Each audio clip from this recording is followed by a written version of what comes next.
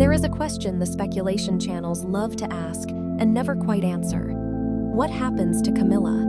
What becomes of her when the reign that made her queen comes to its end? They wrap it in whispers and secret meetings and shocking decisions, and they string it out for 20 minutes, and they never tell you the answer, because the answer is not a secret and never has been. The monarchy knows exactly what happens to Camilla. It knows because it has happened before, and there is a word for it, a precise and rather cold word that has not been needed in Britain since 1837. To understand why that word is waiting for her, you have to follow the whole improbable climb that brought her here, and then look at the one step that even a queen cannot avoid taking. Begin with how unlikely all of this was. For the better part of 3 decades, Camilla was, by a wide margin, the most disliked woman in the country. She was the name in the marriage that was not supposed to be there, the woman a grieving public held responsible for the unhappiness of the most beloved princess of the age. When Diana spoke those famous words about there being 3 people in her marriage, the whole of Britain understood precisely who the third was. There had been the intercepted private telephone call, replayed and dissected in every newspaper, that turned her into a national punchline. There had been the years when her name could not be mentioned without an argument starting. For a long time, the idea that this woman might one day be crowned beside the king was not merely unpopular. It was close to unthinkable, and the palace knew it.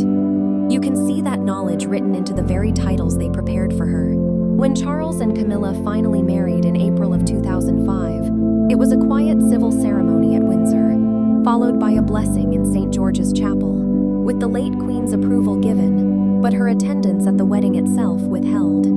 The palace did not dare call the bride Princess of Wales, the title the public still held in trust for a dead woman. She became Duchess of Cornwall instead, and the household went further. It announced that when Charles became king, Camilla would not be styled queen at all. She would be known as Princess Consort, a careful, deliberate, defensive compromise, a phrase built for a single purpose, to reassure a country that was not ready to hear the words Queen Camilla. That was the plan on the day she married. That was how far the climb still had to go. What changed it was time and work, and one of the most patient image rehabilitations in the modern history of the monarchy. In the worst years, she had been kept almost entirely out of sight. After Diana's death, the palace hid her away, and it was only at the very end of the 1990s that she was carefully and deliberately reintroduced. A public relations advisor was brought in for the express purpose of rebuilding her reputation. In 1999, she and Charles stepped out together in front of the cameras for the first time, leaving a party at the Ritz to a wall of around 200 photographers, a single staged photograph whose entire message was that she would no longer be a secret. From there, the reintroduction was managed inch by careful inch, an engagement here, an appearance there, each one testing how much the public would tolerate. Underneath the management was the actual work, the kind that earns respect slowly rather than headlines quickly. Her route back into public life ran, of all things, through a disease of the bones. Her mother had died of osteoporosis in 1994, undiagnosed and largely untreated, and her grandmother before that. And Camilla took up the cause as her very first patronage, becoming president of the National Osteoporosis Society in 2001 in one of her earliest major public roles. It was an unglamorous subject that nobody else wanted, and it suited her exactly, and it gave her a public identity that had nothing to do with the scandal that defined her. She spoke plainly about watching her mother dismissed by doctors who told the family there was simply nothing to be done, and about how much more could be done today. It was on a platform like that, rather than on any balcony, that the country slowly began to see a different woman. From there, the portfolio grew into the things that do not photograph well. She became one of the most determined royal voices on domestic abuse and sexual violence, a cause that was, by her own account, personal. She has spoken of being assaulted by a man on a train when she was 16 or 17, of fighting him off with the heel of her shoe and reporting him, and of the arrest that followed. And something of that refusal to stay silent runs through the work she went on to choose. She visited refuges and rape crisis centers, opened sexual assault referral centers at home and abroad, launched an exhibition of portraits of survivors, and on her travels, sat with women who had been raped in the Balkan Wars and listened to them tell it. After murder of Sarah Everard, she stood up and pressed at what she called the culture of silence around violence against women, urging both men and women to break it. She built her own organization around reading and literacy, the cause closest to her own life as a lifelong reader, and grew it into a festival. She took in rescue dogs from Battersea and championed the shelters that housed them. By the time she was queen, she was patron or president of more than 100 organizations, from literacy trusts to women's refuges to the Mirabel Center in Lagos, the first sexual assault referral center in Nigeria. And through all of it, she stood beside Charles, through every storm of his long wait for the throne. The country, which had once been certain it would never forgive her, found that somewhere along the way, it largely had. The proof of that arrived in February of 2022. Queen Elizabeth II, marking the 70th anniversary of her accession, did something she had never done for Camilla before. She gave her blessing in writing and in public. It was her sincere wish, the Queen said, that when the time came, Camilla should be known as Queen Consort. With a single sentence, the old defensive compromise was swept away. The woman who was once to be merely a princess consort would be queen after all, and the most senior figure in the family had said so herself, in plain words, for everyone to read. When Elizabeth died 7 months later and Charles succeeded, Camilla duly became Queen Consort, and then the household took the final steps up the ladder. By the time of the coronation in May of 2023, the word consort had quietly disappeared. The invitations, the prayers, the official record, all named her simply as Queen Camilla. And on the royal family's own website, she became, plainly, Her Majesty the Queen. And then came the moment that sealed it. In Westminster Abbey, she was not merely present at her husband's crowning. She was anointed and crowned herself, with Queen Mary's crown placed upon her head, the first Queen Consort to be crowned in Britain since the Queen Mother in 1937. From the third person in a marriage, to the most unpopular woman in the country, to a princess consort who was never meant to wear the word queen at all, she had arrived at a crown of her own in the Abbey. It was one of the most remarkable rehabilitations in the modern history of the crown. And here is where it becomes important to understand what that word, queen, actually means in her case, because the confusion around it is exactly what the rumor machine feeds on. Camilla is queen the way the wife of a king is queen. She is a queen consort, not a queen regnant. The distinction is the whole of the matter. A queen regnant, as Elizabeth II was, rules in her own right, holds the constitutional powers of the sovereign, is the head of state. A queen consort holds none of that. She has no constitutional role whatsoever. She cannot rule, cannot reign, and under the laws that govern the succession, the Bill of Rights and the Act of Settlement, she never could, because she came to the crown by marriage and not by blood. Her title is real, and it is grand, and it is entirely ceremonial. She wears the word because she is the king's wife, and for no other reason. That single fact, that her crown is borrowed from her husband rather than owned in her own right, is the key to everything that follows. Because a thing that is held only through marriage is a thing that the end of the marriage takes away. Camilla's whole position, the title, the precedence, the place at the center of the institution, rests on one condition, that Charles is king. The day that ceases to be true, the arithmetic changes, and it changes the instant it happens. Consider what occurs in that moment. When Charles's reign ends, William becomes king. There is no gap, no interval, no period of waiting. The crown passes in the same breath, and in that same breath, the woman married to the new king becomes queen. Catherine, the Princess of Wales, becomes Queen Catherine, a queen consort in her turn, standing exactly where Camilla stood. And there is the problem the institution has always known it would face, the simple impossibility at the heart of it. There cannot be two queens. The country cannot have a Queen Catherine and a Queen Camilla occupying the same rung at the same time. One of them is the wife of the reigning king, and one of them is not. And the monarchy has a way of marking that difference that goes back centuries. So Camilla steps down a rung, not in disgrace, not by anyone's decision in a secret room, but by the plain mechanics of an institution that has done this many times before. And the question becomes what she is called once she does. Here, many people assume she would become Queen Mother.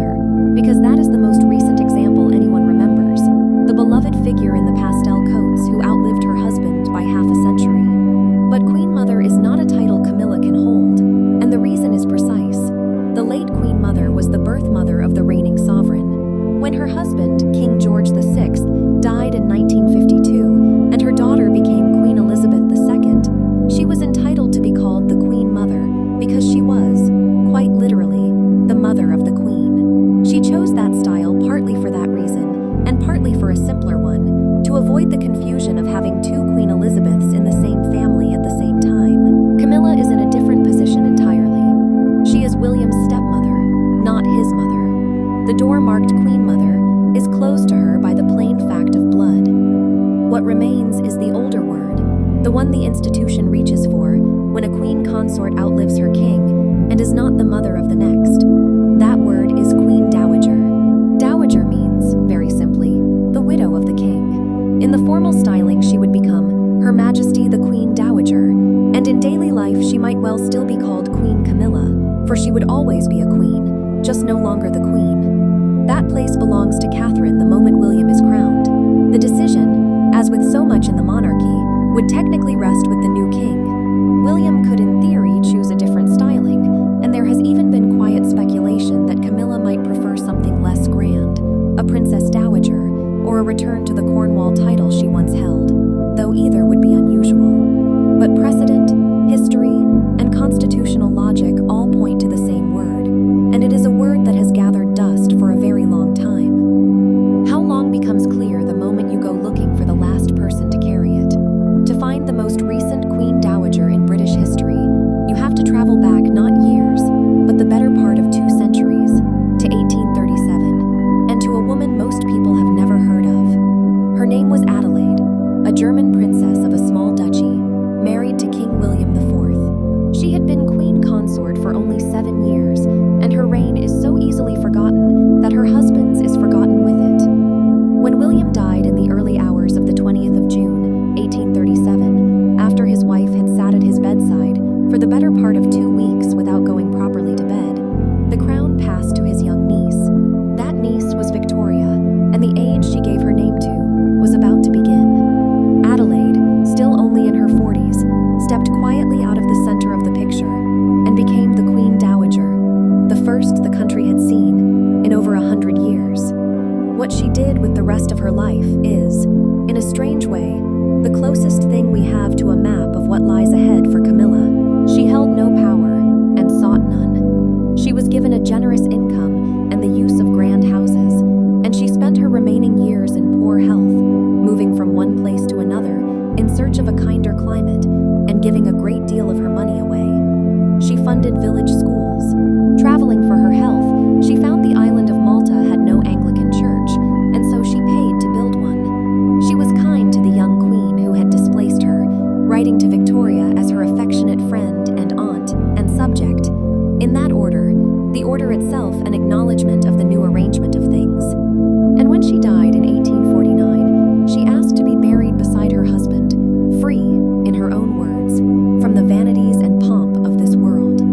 She was loved, in the end, for precisely the modesty and the charity of that widowhood, and a city on the far side of the world, the capital of South Australia, still carries her name because of it. A queen consort, then a quiet and dignified widowhood of good works in the margins, and a place at last next to the king she had married. That is the shape the role has taken before. The nearer examples soften the picture, and they are worth holding in mind, because they show that stepping down a rung is not the same as stepping out of the story. Consider Queen Mary, the widow of King George V.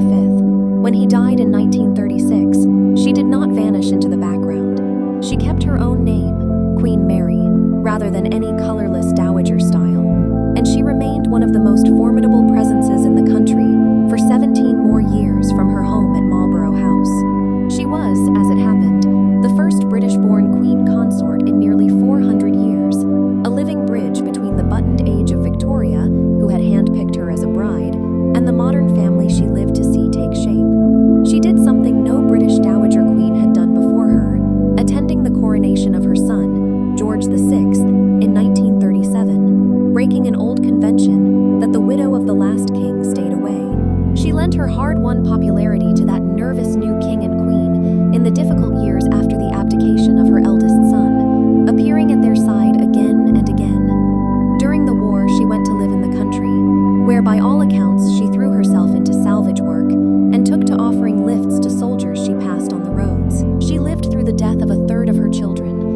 long enough to see her granddaughter Elizabeth become queen. And in one final act that tells you everything about how these women understood the institution, when she lay dying in the spring of 1953, she left firm instructions that her death must not be allowed to delay the coronation. She missed it by 10 weeks.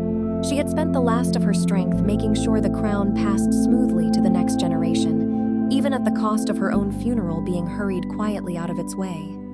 Then there is the example everyone remembers, the late Queen Mother.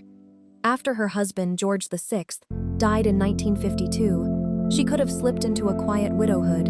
Instead, she became, over the following half-century, one of the most beloved figures the family has ever produced, carrying out public engagements almost to the end of a life that stretched past her 100th year.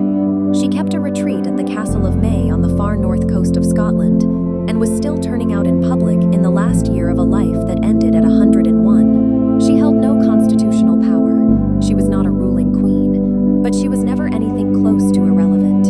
And there is a small and fitting detail here, because the London home of her long widowhood was Clarence House, the very same house in which Charles and Camilla live today. The role has a way of repeating itself, right down to the address. Even further back, the pattern holds. When Edward VII died in 1910, his widow, Queen Alexandra, lived on for another 15 years, still styled Queen Alexandra, much loved, entirely without power, at Sandringham and at Marlborough House before Mary took it in her turn. None of these women ruled. None of them held any constitutional authority at all, but none of them disappeared. They simply moved to the place a widowed consort occupies, a step back from the throne, stripped of its duties and its powers, yet still, if they chose, very much at work. That is almost certainly what waits for Camilla, and it is worth being clear about what would change and what would not. The title would shrink, Queen would become Queen Dowager, and the daily styling of the Queen would pass to Catherine. The household would change, and the residence with it. Where a dowager lives is a matter for the new king to arrange, and the home she shares with Charles now would not automatically remain hers. The precedence would change, the seating, the order of the procession, all the small and exact ways in which the institution marks who stands where. But the constitutional role would not change, for the plain reason that there was never any constitutional role to lose, and the work, in all likelihood, would carry on. The causes she has spent decades building, the refuges and the reading rooms and the bone clinics, do not depend on the word in front of her name. A queen dowager can visit a women's shelter exactly as a queen can. The crown is borrowed, the work is hers. So the honest answer to the question the rumor channels dangle and never deliver is not a scandal and not a secret. It is a piece of constitutional arithmetic as old as the monarchy itself. Camilla climbed further than almost anyone believed she could, from the most unwelcome figure in the royal story to a queen crowned in the Abbey, and the very height of that climb is the thing that guarantees the final step down. Because the crown she wears was never hers.